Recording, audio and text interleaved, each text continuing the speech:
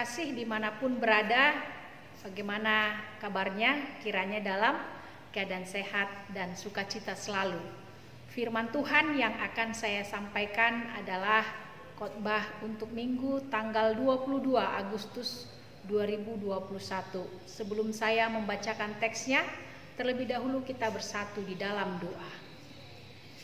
Damai sejahtera Allah yang melampaui segala akal, itulah kiranya yang menerangi hati dan pikiranmu untuk mendengarkan firman Tuhan dalam Kristus Yesus Juru Selamat dunia.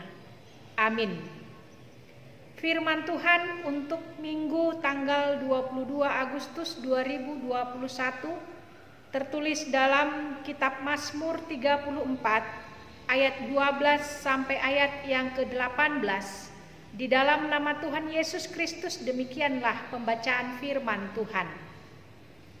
Marilah anak-anak, dengarkanlah aku. Takut akan Tuhan akan kuajarkan kepadamu. Siapakah orang yang menyukai hidup, yang mengingini umur panjang untuk menikmati yang baik? Jagalah lidahmu terhadap yang jahat dan bibirmu terhadap ucapan-ucapan yang menipu. Jauhilah yang jahat dan lakukanlah yang baik. Carilah perdamaian dan berusahalah mendapatkannya. Mata Tuhan tertuju kepada orang-orang benar dan telinganya kepada teriak mereka minta tolong. Wajah Tuhan menentang orang-orang yang berbuat jahat untuk melenyapkan ingatan kepada mereka dari muka bumi. Apabila orang-orang benar itu berseru-seru, maka Tuhan mendengar dan melepaskan mereka dari segala kesesakannya.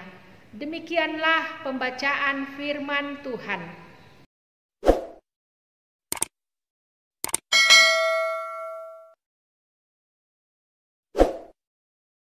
Saudara-saudari yang terkasih, adapun yang menjadi tema khotbah ini adalah orang benar di mata Tuhan.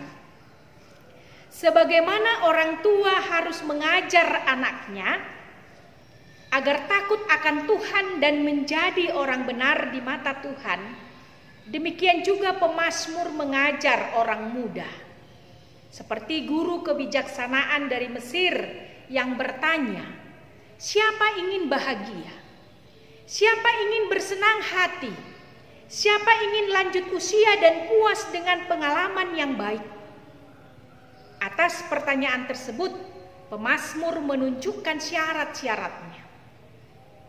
Kebahagiaan itu diperoleh hanya oleh orang-orang yang takut akan Tuhan, yaitu mereka yang kelakuannya baik dan mereka yang menjaga lidahnya.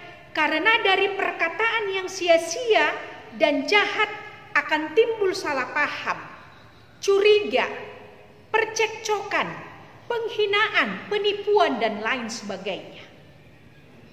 Orang-orang benar yang hidup di dalam persekutuan dengan Tuhan pastilah diperhatikan oleh Tuhan.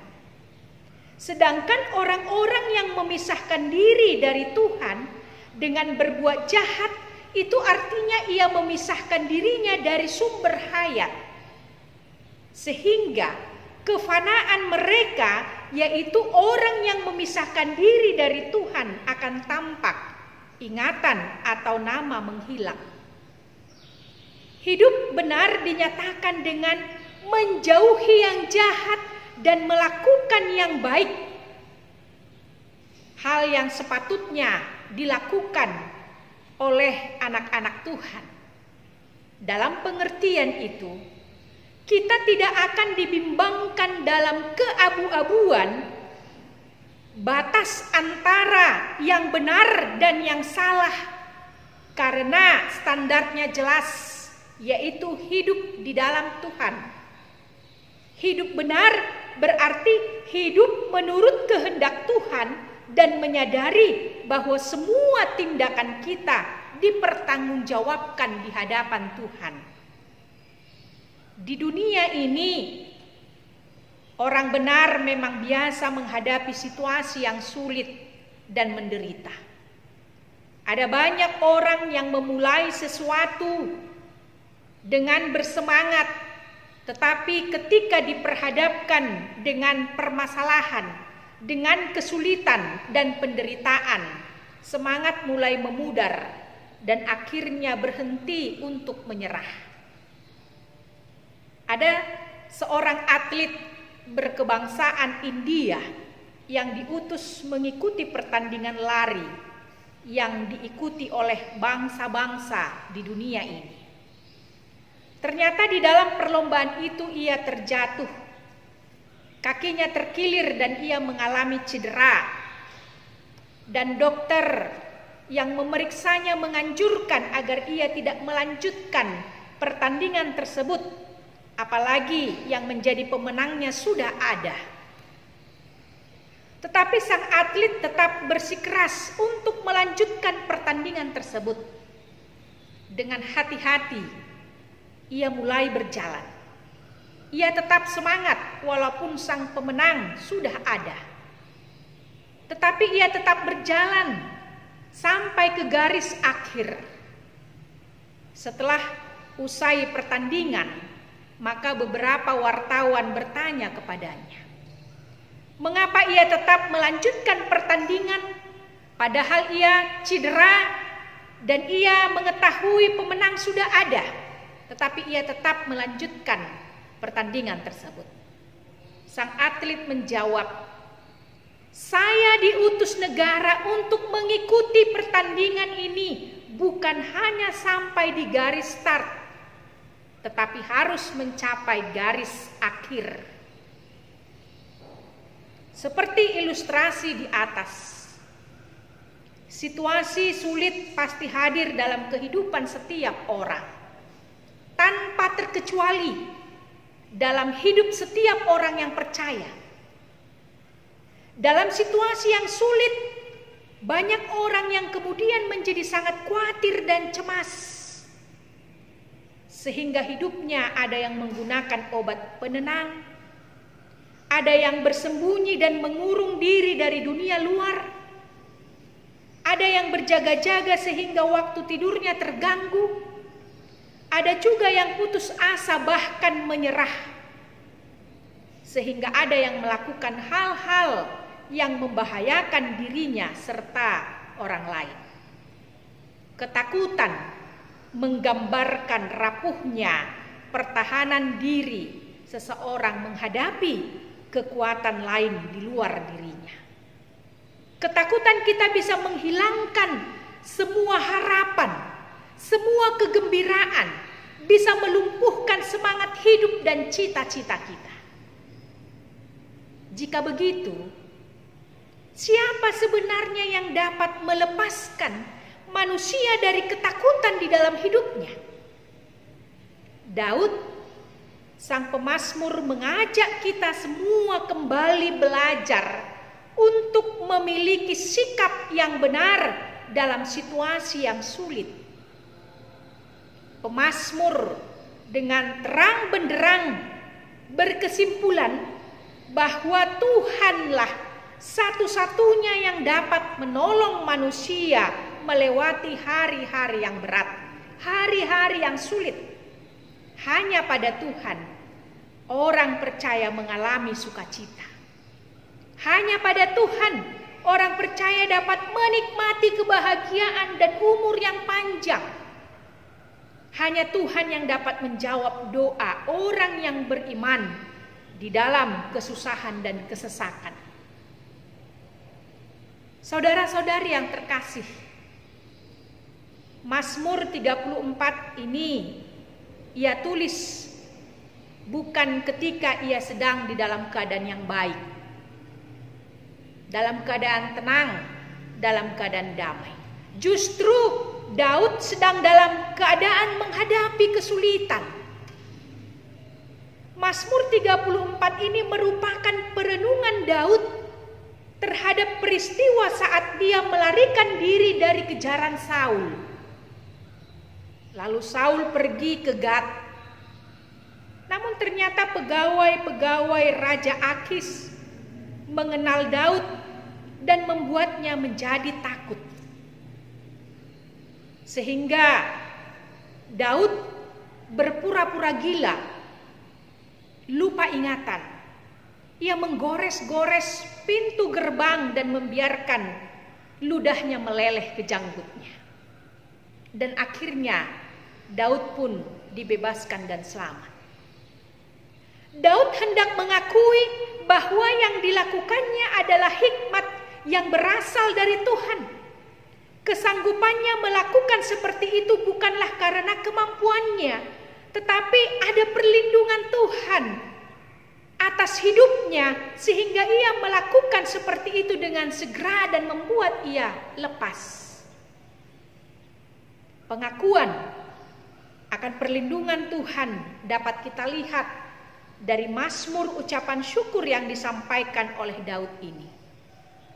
Setiap perkara kehidupan yang dilaluinya selalu merasakan bahwa ada kuasa Tuhan yang campur tangan di dalam hidupnya.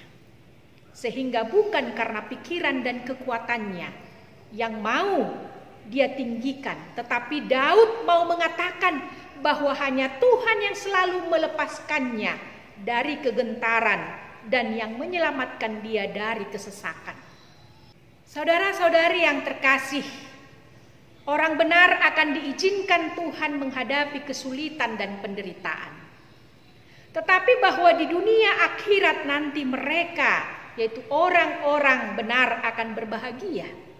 Sedangkan orang fasik yang di bumi ini kini beruntung akan menderita di sana, setimpal dengan perbuatan mereka. Akan tetapi bukan itu yang mau dikatakan pemazmur dan diartikan Rasul Petrus yang tampaknya tertarik akan mazmur ini. Kita telah mengecap kebaikan Tuhan. Pemazmur telah dibebaskan dari tekanan yang dideritanya. Kita juga telah ditebus oleh Yesus Kristus. Kita percaya kepada Yesus Kristus. Kita diselamatkan oleh Yesus Kristus. Akan tetapi keselamatan kita belum genap. Namun kita telah dilahirkan pada suatu hidup yang penuh pengharapan dan sukacita. Di dalam harapan itu, kita sudah berbahagia sekarang walaupun di tengah kesulitan. Karena kita yakin dan percaya bahwa tidak satu pun yang dapat memisahkan kita dari Allah yang ada di dalam Kristus. Bahkan di dalam kerendahan itu kita dapat menghantar orang lain untuk mencari Tuhan dan mengecap kebahagiaan yang sama. Hidup benar di dalam Tuhan berarti hidup takut akan Tuhan. Mereka, orang-orang yang takut akan Tuhan, akan menjauhkan dirinya dari yang jahat dan berbuat yang baik dan mencari damai dengan segenap perhatian, damai yang mencakup persekutuan dengan Allah dan dengan sesama manusia. Orang benar di dalam Tuhan akan hidup dengan selalu bersyukur. Saudara dan saya selalu rindu datang kepada Tuhan di dalam doa, di dalam puji-pujian, di dalam pembacaan Alkitab, di dalam persekutuan dengan saudara seiman saat beribadah, dan di dalam pemberian kasih bagi pekerjaan Tuhan. Mencari Tuhan bukan hanya pada saat di dalam kesusahan, tetapi juga saat hidup kita berkecukupan, bahkan pada saat berkelimpahan. Jika saat ini saudara dan saya tidak bisa mengubah kehidupan masa lalu, namun bukan berarti kita tidak bisa mengubah kehidupan di masa depan bersama dengan Yesus. Mari menjalani hidup menuju masa depan yang penuh harapan, yang tentu dapat kita raih bukan karena kita baik, tetapi karena Tuhan Yesus sungguh amat baik kepada kita. Dia yang mendengar setiap seruan kita dan melepaskan kita dari segala kesesakan kita. Amin. Kita kembali berdoa. Ya Allah Bapa kami yang kami kenal di dalam Yesus Kristus, kami sungguh bersyukur atas segala kebaikan-Mu di dalam hidup kami. Setiap saat Engkau selalu ada untuk kami, di dalam suka maupun di dalam duka. Engkau selalu memberi tangan-Mu untuk menolong kami. Ajari dan ingatkan kami ya Tuhan, untuk selalu menyerahkan hidup kami hanya kepadamu, sebab Engkaulah satu-satunya sumber kehidupan kami. Jika saat ini kami sedang diperhadapkan dengan situasi yang sulit karena pandemi COVID-19, biarlah situasi ini menjadi proses pembelajaran bagi kami, agar kami lebih mendekatkan diri kepada Tuhan, agar kami mau peka terhadap sesama kami manusia, bahkan membuat kami mau merawat dan memelihara alam lingkungan kami. Tolonglah kami ya Tuhan. Kami berdoa buat mereka yang sedang lemah karena sakit. Mereka biarlah Engkau berikan kesembuhan, dan mereka yang berduka, tolonglah ya Tuhan, berilah mereka kekuatan dan penghiburan, agar mereka kembali bangkit untuk menjalani kehidupan mereka di dunia ini bersama dengan Tuhan. Dalam Kristus Yesus kami berdoa. Amin.